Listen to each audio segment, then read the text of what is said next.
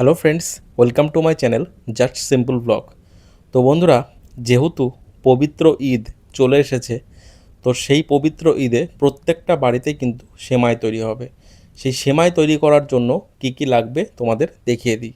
প্রথমে লাগবে কাঠবাদাম এবং তার সাথে লাগবে কাজু বাদাম এবং কিশমিশ।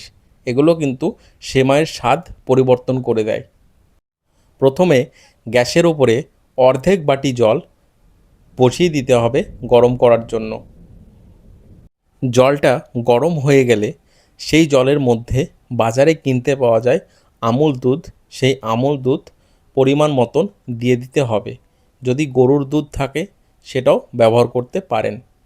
আমি এখানে আমুল দুধ ব্যবহার করছি এবং আমুল দুধটাকে গরম জলের সাথে ভালোভাবে মিশিয়ে নিতে হবে। সেমাই রান্নাটা দেখাবো আজকে একদম সিম্পল পদ্ধতিতে। তো এরপরে গ্যাসের উপরে কড়াই চাপিয়ে দিতে হবে এবং সেই কড়াইয়ের মধ্যে অল্প পরিমাণ ঘি দিয়ে দিতে হবে।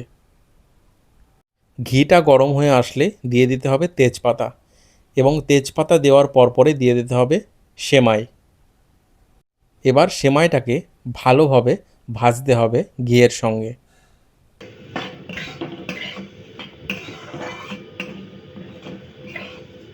সেমাইটা ঘিয়ের সাথে ভালোভাবে ভাজা হয়ে গেলে যে দুধটা গরম করে রাখা ছিল সেই দুধটা মধ্যে সেমাইটা দিয়ে দিতে হবে।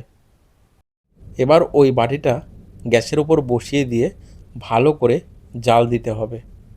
সেমাই এবং দুধটাকে ফোটানোর সময় দিয়ে দিতে হবে এলাচ। পরই দিয়ে দিতে হবে পরিমাণ মতন চিনি। চিনিটা কেন পরিমাণ মতন? সবাই চিনি কিন্তু বেশি খান না, তো সেই জন্য যে যেরকম চিনি মিষ্টি খান ঠিক সেই রকমভাবে কিন্তু চিনিটা দিয়ে দেবেন।